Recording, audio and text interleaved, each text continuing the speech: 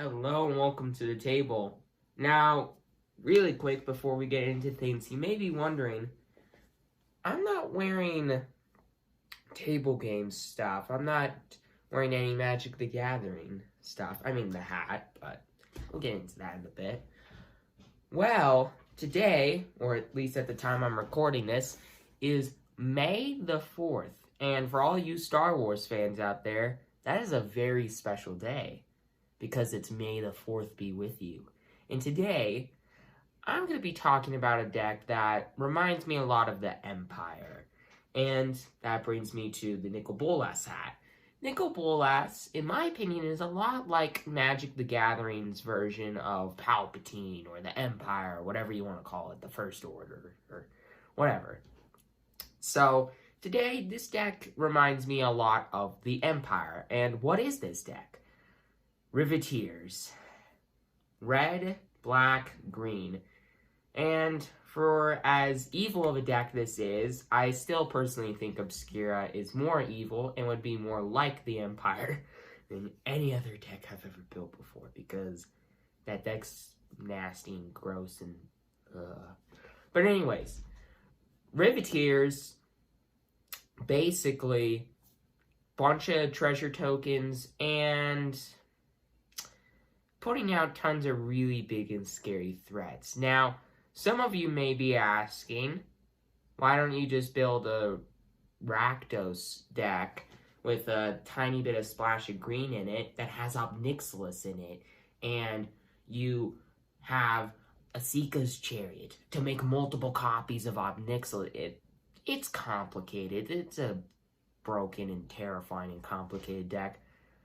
Personally, I don't want to be a guy that builds a deck like that. It sounds like a fun deck, and it sounds like a deck I would really like to play, but we're not talking about scary stuff like that on this channel, and Ob Nixilis is a very expensive card.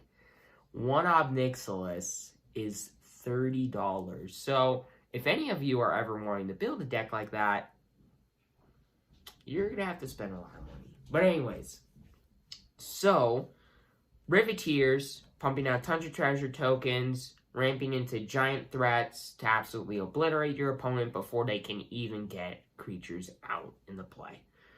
And there's a bit of a blitz theme, which is you pay the blitz cost instead of its regular cost to put it onto the battlefield, and it gains haste, and whenever it dies, you get to draw a card, but you have to sacrifice it at the end of turn, so shucks. But hey, it's usually a lower cost than its regular cost, and sometimes that's going to matter in this deck. But anyways, moving into this deck, let's talk about how much profit you make with Riveteers.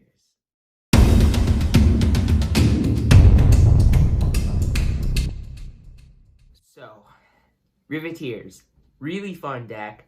And there actually are quite a few low drops in this deck. So let's get into what makes treasures in this deck. All the treasure token generators, or all the cards that are treasures. And I'll get into that here really quick. And then we'll cover the big and gigantic scary threats that are going to just murder your opponent. So, first card is Gold Hound. 1 red for an artifact treasure dog, so this does count as a treasure, and it's a 1/1 with First Strike and Menace for 1 red mana. That's pretty good. And you can tap and sacrifice it to add a mana of any color. So it's a creature, and you can sacrifice it for mana, and it's a treasure token, which there are synergies for that in this deck. So that's pretty good. That's a pretty good card right there. And I have 4 copies of it in the deck because 1, it's a low drop, and 2, it's just a really good card. So the next card is Riveteers Requisitioner. 1 in a red for a 3/1 Viashino Rogue that when it dies, you create a treasure token. And it's got a blitz cost for 2 in a red, which is more expensive than its regular cost, but you're guaranteed to make a treasure sometime that turn, hopefully during combat, but probably at the end of turn. And you get to draw a card off of it, so that's a pretty good card too. And I have 4 copies of it in the deck because it makes a treasure token, and most of the time you probably want to cast it for its blitz cost, so you get a little extra value out of it, to where you get to draw a card as well. So, pretty nice. And then there's also Fake Your Own Death. 1 black for a instant that says, until the end of turn, target creature you control gets +2/+0, and whenever this creature dies this turn, return it to the battlefield tapped, create a treasure token. And I have 3 copies of this in the deck. Now, you may be wondering why I put this card in the deck. Well, 1, it makes a treasure token. And 2, because later on in the game, if you're not going to kill your opponent quickly enough, they're going to start pumping out threats. They're going to start wanting to kill your threats, and probably going to have enough mana to do so quite easily. So, with a card like this in the deck, you can protect your really important creatures that are just going to help you win the game. So, that's the main reason I put it in the deck. That, and it makes a treasure token, because... And then the next card, Glittering Stockpile. 4 copies of it in the deck, and for 2 in a red, it's an artifact treasure that taps for a red mana, and you put a stock counter on it. And later on in the game, if you need it, which you might, you can tap and sacrifice it to add X mana of any one color, where X is the number of stock counters on this card. So, early on in the game, this can help ramp you into stuff 1 turn earlier, and then later on in the game, when you really need to cast like that 6 mana card, but you don't have enough mana to quite yet, this card is there for you. So, there's that. And it's just a good ramp card, and it's a treasure. So, there's that too. Now, the next card is Jewel Thief. 4 copies of it. 2 and a green for a 3/3 Vigilance Trample Cat Rogue that when it enters the battlefield, create a treasure token. Now, this doesn't seem like that good of a card, but you'd actually be surprised how well it performs. 1, it makes a treasure token, so it's kind of like it's 2 mana, kind of, but not really. And it's a 3/3 with Vigilance for 3 mana as well. So, I did a couple of pre-release events for Streets in New Capenna. I can't tell you how many times this card messed with me so bad. It's just like, why is this card 3 mana? Why is this a common? It's just like, it just makes no sense. It's just such a good card for as little as it costs and for as easy it is to get, so. I don't know whoever designed this card, but whoever did, I'm sorry, but I do not like this card because it needs to be changed. The mana cost needs to be 1 higher or something. But anyways, then I have 4 copies of Professional Facebreaker. Yes, that is the name of the card. 2 in a red for a 2/3 Human Warrior with Menace. And whenever 1 or more creatures deal combat damage to a player, well, to an opponent, create a treasure token. So basically, with the way that this deck works, every turn you're making a treasure token. And if you have multiple copies of this out at once, because it's not a legendary creature, you can make maybe 2 treasure tokens a turn. Maybe 3. I don't know, that's pretty good. And then, another thing that's really sweet about this card is you can sacrifice a treasure. Not just a treasure token, a treasure. So the Gold Hound, Glittering Stockpile. You can sacrifice a treasure to exile the top card of your library, and you may play that card this turn. So it gives you card advantage as well. So, provides ramp, and card advantage, and it's a 2/3 with Menace, all for 3 mana, and it's not a legendary creature. What is this card? This is like awesome. This is amazing. Yeah, it's angry. And then the next card, Big Score. 3 copies of it in the deck. 3 in a red for an instant that says, as an additional cost to cast this spell, discard a card. Then you get to draw 2 cards and create 2 treasure tokens. Does this card sound familiar to anyone? Anyways, so pretty solid card, and it's just a good way to make treasure tokens and get a little extra card advantage if you need it later on in the game. Now, that covers all the treasure stuff.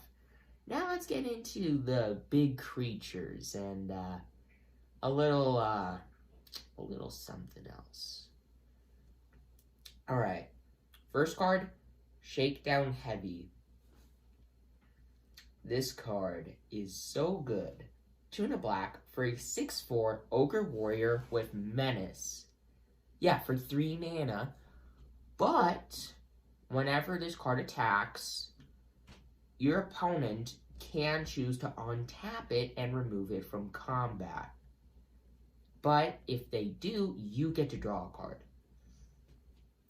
So you may be thinking, well, this card just stinks then, because your opponent just won't ever let you deal damage to them with it. So what's the point of having it in the deck? Well, when you think about it for a second, it's a 6/4 Menace, so that's a pretty big threat. And on turn 3, that is a scary card. Now, they can untap it, yes, and remove it from combat. But you get to draw a card off of that, so you still get something out of it, and you can still block with it. So there's that too. You can still block with this card. It's not that this card is no longer useful until your next turn. It's just you can still block with it, and you get to draw a card, which may be a big threat. Maybe the ramp that you need to get another card out. Maybe the draw that you need to, who knows, maybe get the last couple cards that you need to win the game. Just saying. So that's a pretty solid card right there. And you may be wondering why there's not 4 copies of it in the deck, but I'll cover that in a little bit. But anyways, next card, Brass Knuckles. This is the little something that this deck just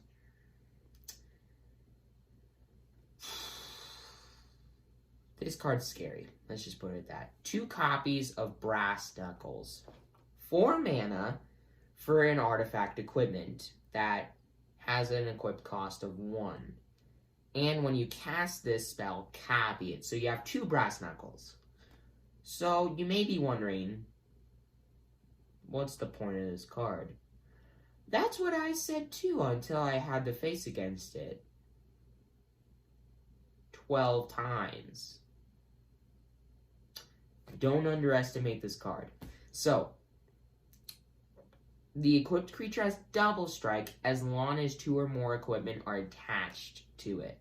So, you may be thinking, so you spend 4 mana to get 2 copies of this, and then spend another 2 mana to give a creature double strike. So 6 mana? That just sucks. That's what I said. And yet, this card made me lose games that I shouldn't have lost. The card's good. And with, who knows, a Shakedown Heavy? 6/4 double strike Menace on turn 4 if you have the right cards in play. I don't know. Just saying. It can get out of hand pretty fast with this deck, but yeah, it's a good card. It's a really good card. Don't underestimate it. It can do a lot of crap. And this next card also does a lot of crap. And You're also going to be wondering why I only have 2 copies of this card in the deck. Once again, I'll cover that here in a bit. Mr. Orfeo the Boulder. 1, a black, a red, and a green for a 2/4 legendary Rhino Warrior that says whenever you attack, not when it attacks, whenever you attack. Double the power of target creature until the end of turn. So, once again, going back to Shakedown Heavy. Okay, so it's a 6/4, and then you put Brass Knuckles on it. Both the copies of Brass Knuckles. And now it's a 6/4 double strike. Well, let's say you have Mr. Orfeo in play. Now it's a 12/4 double strike.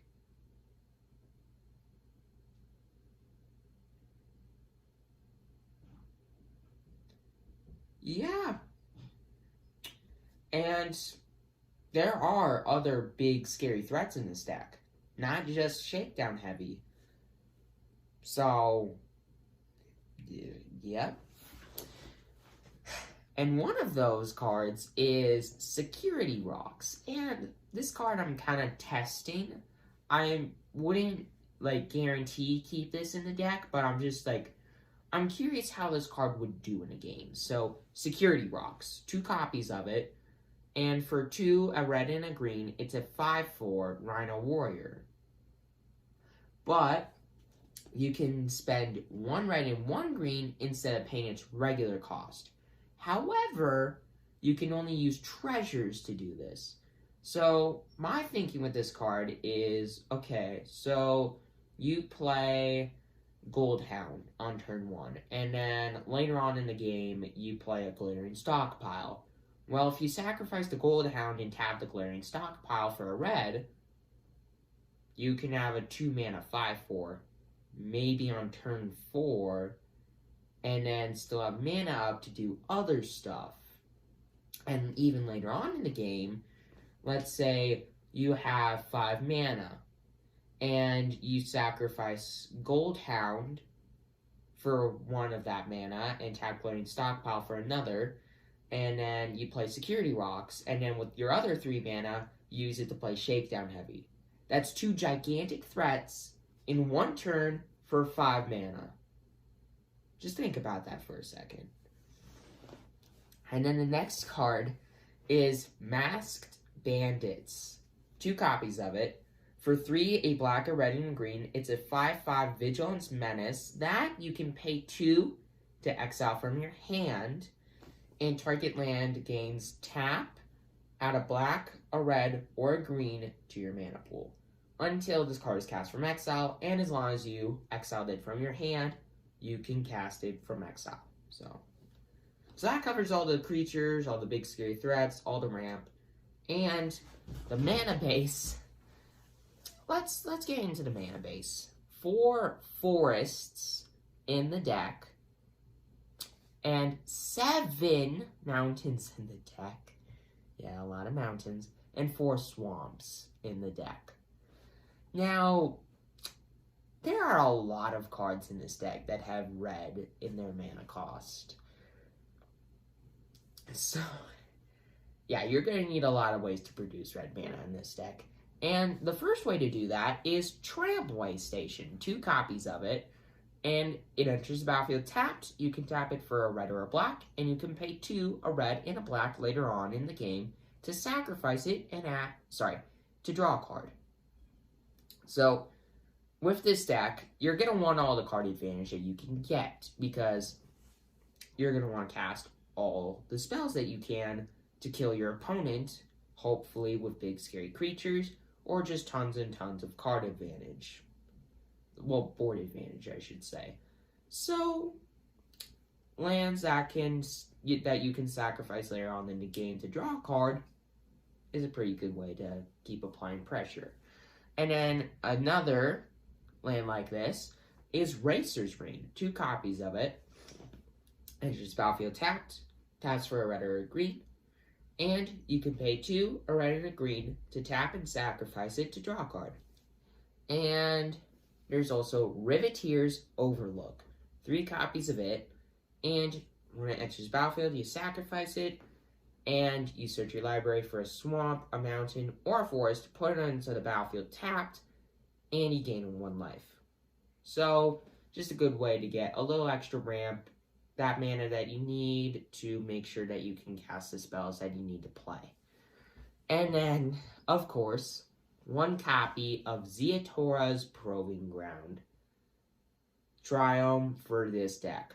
It's a mountain, swamp, forest, enters the battlefield tapped, taps for a red, a green, or black, and you can pay 3 later on in the game to discard it and draw a card. Once again, card advantage if you need it.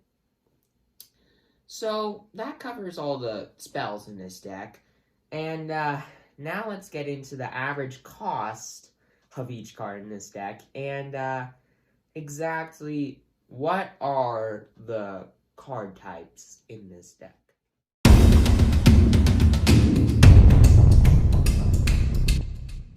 So this is a pretty basic deck, and the average mana cost of each card in the deck is exactly 3, which I think is kind of cool, because 3 is my favorite number, and it's exactly no extra decimals or whatever crap.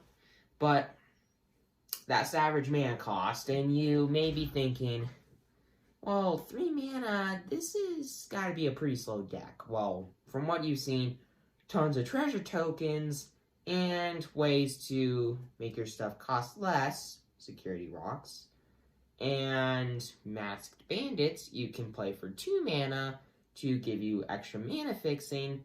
So you still do a lot of stuff early in the game. So it's not like you're not going to be doing anything until like turn 3 or whatever, because that would that'd be rough.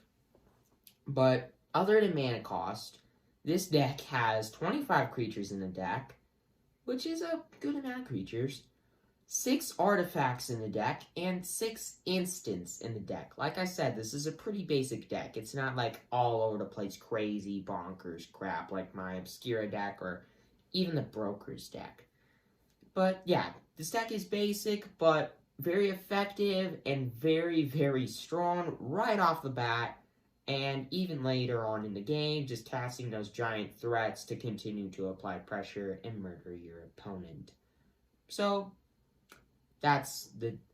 those are the average mana cost of each card in the deck and the card types in the deck. So now let's move on to the price of this basic deck.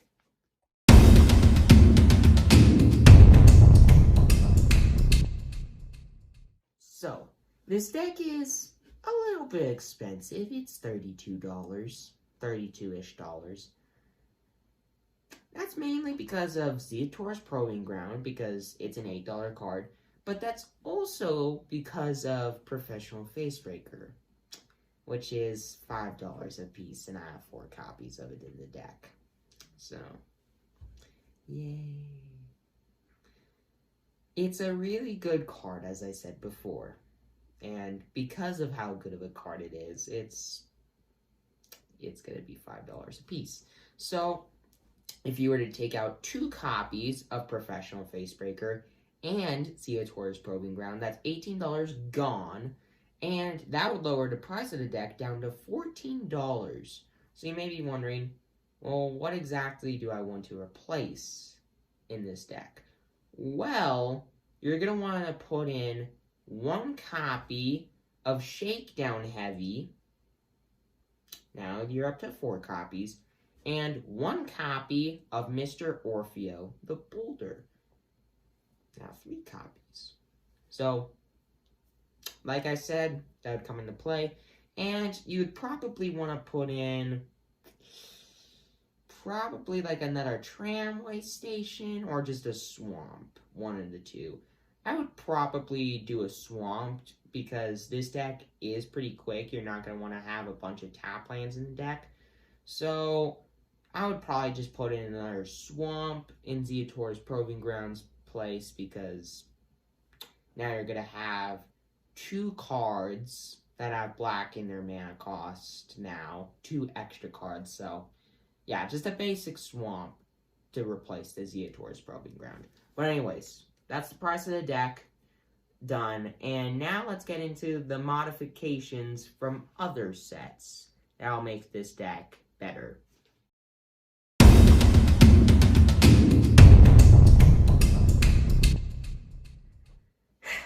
So, this deck has a lot of modifications. The decks that I've talked about before, my Broker's deck, my Obscura deck, not that many modifications, right? This deck has a lot of modifications, but they all play their role. Blood Chief's Thirst, I think, would be a good card to put in the deck because it's a good removal spell, both early in the game and late in the game if you need it. And then Shatter Skull Charger is a card you may want to think about putting in the deck. It's a creature from Zendikar Rising that's pretty good. It's a trample, it's a trample haste creature that's just like, it can deal a lot of damage early on in the game if you like want to put more creatures in the deck. But I wouldn't say like that's a definite card you would want to put in the deck. Like I personally think it would be better in other decks, but who knows?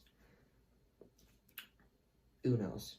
And then Goldspan Dragon, though it's a very, very expensive card right now, it is a really, really good card. It's 3 and 2 red for a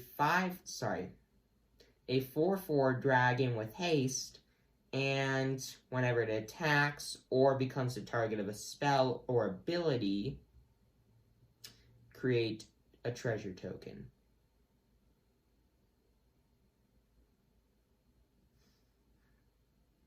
And it's a haste dragon, by the way.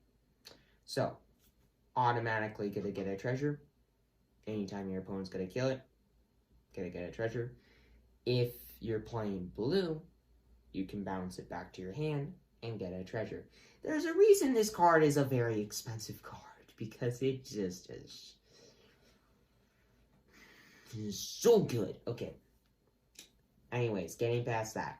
Magda, Brazen Outlaw, and Jaspera Sentinel. That is a combo known throughout Magic the Gathering standard history, because you tap the Jaspera Sentinel and tap the Magda Brazen Outlaw. When the Magda Brazen Outlaw becomes tapped, you create a treasure token because it's a dwarf. When a dwarf becomes tapped, you create a treasure token. That's what Magda says. So, you create a treasure token from Magda. Because Jaspera Sentinel is tapping itself and another creature, you get to add a mana of any color. So basically, tapping these two small and cheap creatures, you get to produce 2 mana of any color.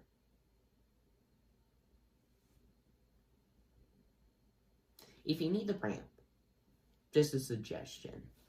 Plus, it's just a really good combo. Plus, with Magda, you can sacrifice 5 treasures later on in the game, and most of the time you are probably going to have quite a few treasures lying around, and you can sacrifice those treasures to get any artifact or any dragon into play.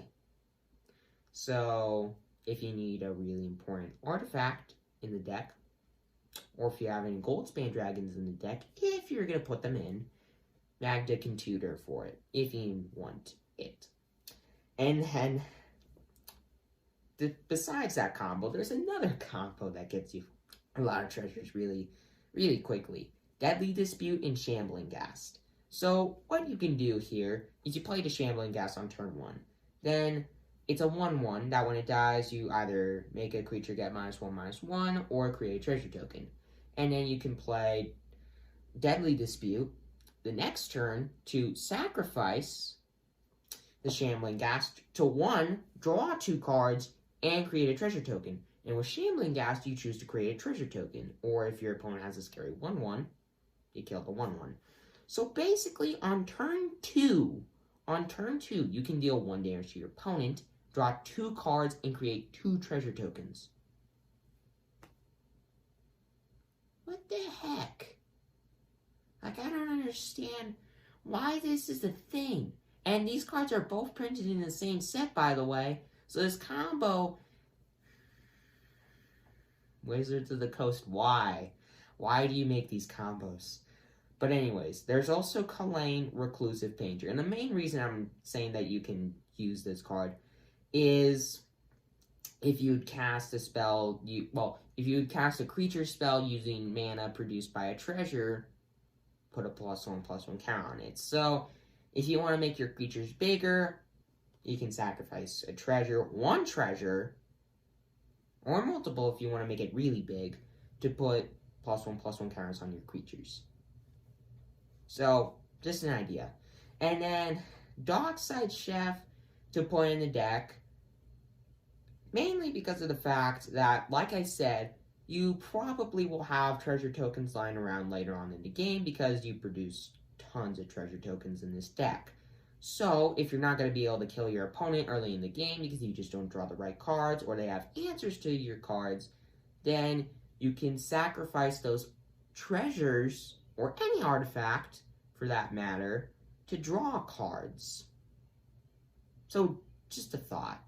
And then Dragon Spark Reactor, I would maybe put one copy, well, not one copy, maybe 2 copies of it in the deck if you want to, just as a removal spell, because with all the treasure tokens you're making, with all the artifacts that are in the deck, you're going to be putting charge counters on this thing all the time, and you can sacrifice that thing later on in the game to kill a threat, and if enough treasure tokens were made that game, maybe even one-shot your opponent. So, just a thought. So, with all the modifications aside, all the stuff that I found, you can make this deck pretty powerful. Now, I'm not going to give you like a recommendation, I'm not going to rate how powerful the deck is with these cards added in. I'm going to rate them just with how it's built right now and at a budget-friendly cost. So let's get into that.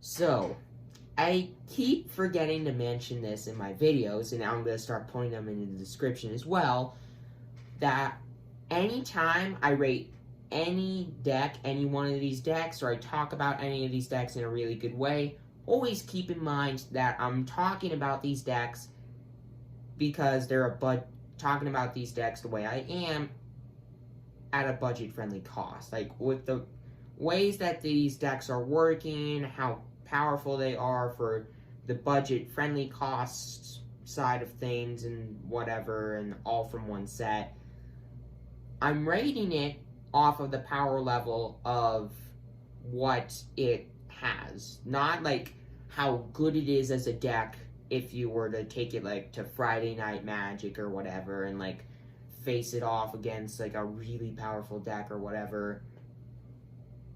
These decks, they're not the best because, one, they're cheap, so they're not going to have like all these bomb mythics and rares and whatnot from other sets, and I'm not really including many cards from other sets in any of my decks, except for that one time with the black and white artifact enchantment deck. But anyways, with that aside, this deck, really powerful, reminds me way too much of the Empire. Even though it's May the 4th, the Empire is still ruining May the 4th. No, why Nicol Bolas? Why? Okay, getting past that. So, this deck, really solid, really powerful, really aggro, can do tons of stuff, and kill your opponent really, really quickly. So you may be wondering, what's the most powerful card, and what do I rate it? And remember, all my ratings are at a budget-friendly cost viewpoint. So the budget-friendly cost of this deck is probably a 9.5. Maybe a 9.5. The main reason I say that, one, it's 3 colors, so it is going to be a bit slow at times. Even though, for as aggro as this deck is, and for as many ways to ramp and mana fix when you need to, it's still not going to be a 10 out of 10 because it is a 3-color deck. So, this deck is really solid, but because of the fact that it's a 3-color deck and that there's not that much interaction in the deck, it's a 9.5 out of 10. But if you were to put in some of the recommendations that I gave, like Blood Chief's Thirst, or maybe a Dragon Spark Reactor, maybe, like, put in more interaction, then it would probably get a bit better, and probably putting in cards like Kalang or Dockside Chef to make sure that the deck gets even better will probably boost it up to a 10 out of 10 in my opinion. But considering the fact that this is all under $15 and all with cards from the latest set, rating it a 9.5 out of 10. And the best card in the deck, though I really wish that 4 copies could go in a deck for a budget-friendly cost, sadly that is impossible. Professional Facebreaker is the card I am talking about.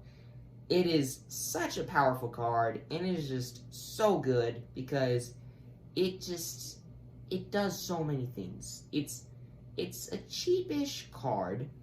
It's a good creature. It's a good evasive creature. It provides you tons of mana that you need to cast the bigger spells that you want later on in the game, and it provides you card advantage if you need it. It's just, there's no downside to this card except for the fact that it costs $5 a piece.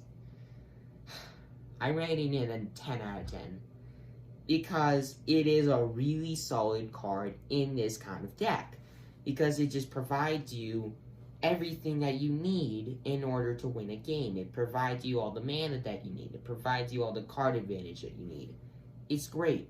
There's no downside to it. And it's not even a legendary creature, so you can have multiple copies of this out at once to make even more treasures. It's just, God, it's such a good card. It is such a fantastic card. And this deck is a really solid deck. So, I'm just going to get past all of that, and the deck's solid. It's a 9.5 out of 10. The card, the best card in the deck, Professional Facebreaker, really solid 10 out of 10 card.